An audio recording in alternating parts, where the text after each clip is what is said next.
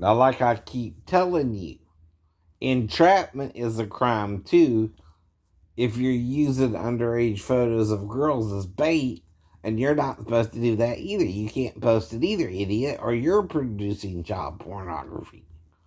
Even if you're the police. You can't send a grown man nude photos of underage girls either. No one can, right? Or you're breaking your own rules. I keep telling you that, right? That's why I would card someone too if they showed up at the door. Just hypothetically. Now, like I keep telling you, lying don't help no one. Making a rule you don't intend to follow yourself don't help no one. If you look upon a woman and lust after her and condemn adultery, you're an adulterer too, right? What do you think Jesus and Paul mean, right? Paul said something similar in Acts chapter 2, right? So you read chapter 1 but don't realize there's also a chapter 2. And when he wrote it, it was not divided into chapter and verse. King James or people later on during the last 1,000 years did all that. I guess they think they're making it more understandable or something to you, right? But they're not. They're changing a letter into a book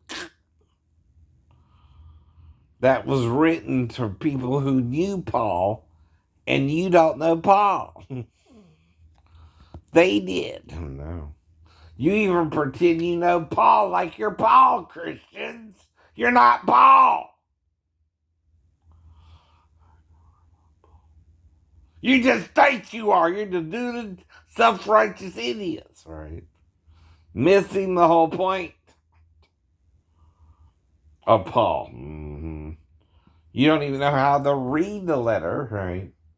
Because it wasn't addressed to you. It was addressed to first century Christians, right? Which you don't even know what they believe, because the Gnostic Gospels was banned by Constantine and the Orthodox, and God's not Orthodox. Human beings are, no. God's the spirit, right? And he lets us run around and do whatever crazy things you want to do. Why? It's the spirit.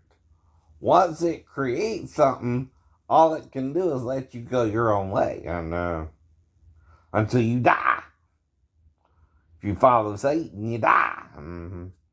If you follow God, you might live, right? But that's your problem. You don't know who's who, right? You pretend to know, right?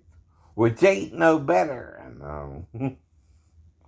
No, it ain't. I know. If you pretend to know and are still dying, you're probably not following God in the first place, right? But you don't understand. God didn't show us death. Satan, the tree of the knowledge of good and evil, did, right?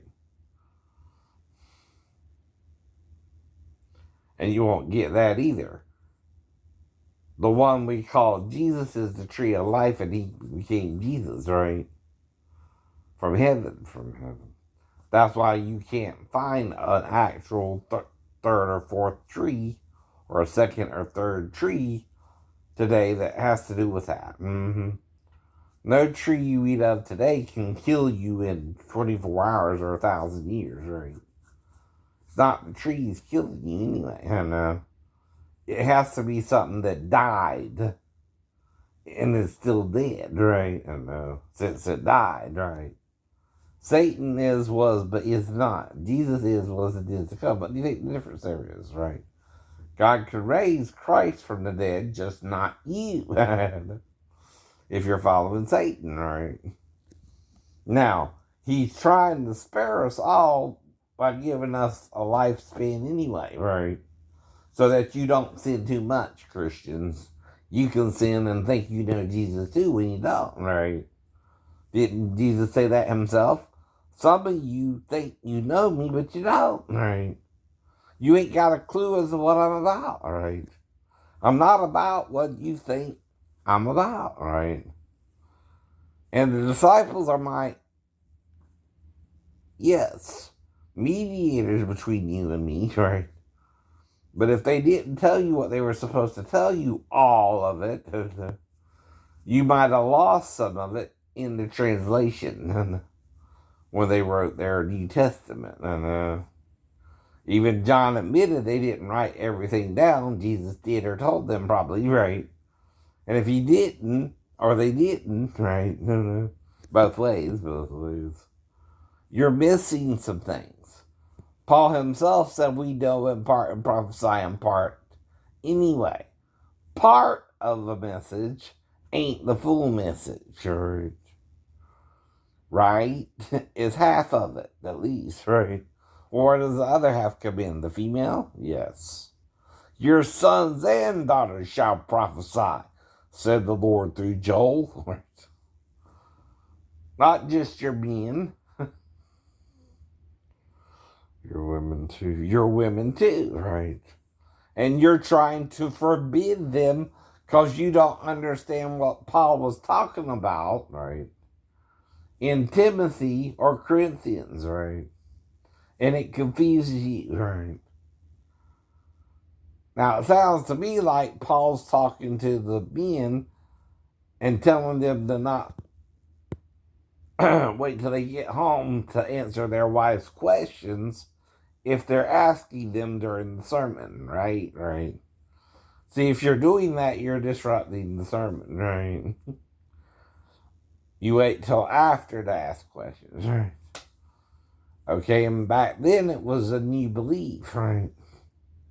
So the women would want to know, well, what does this mean? What does that mean during the service, right? And they would ask their husband during the service, idiot, listen to what he says, right?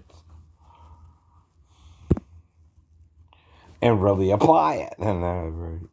He didn't say women couldn't prophesy either. That's one of the things we're supposed to do.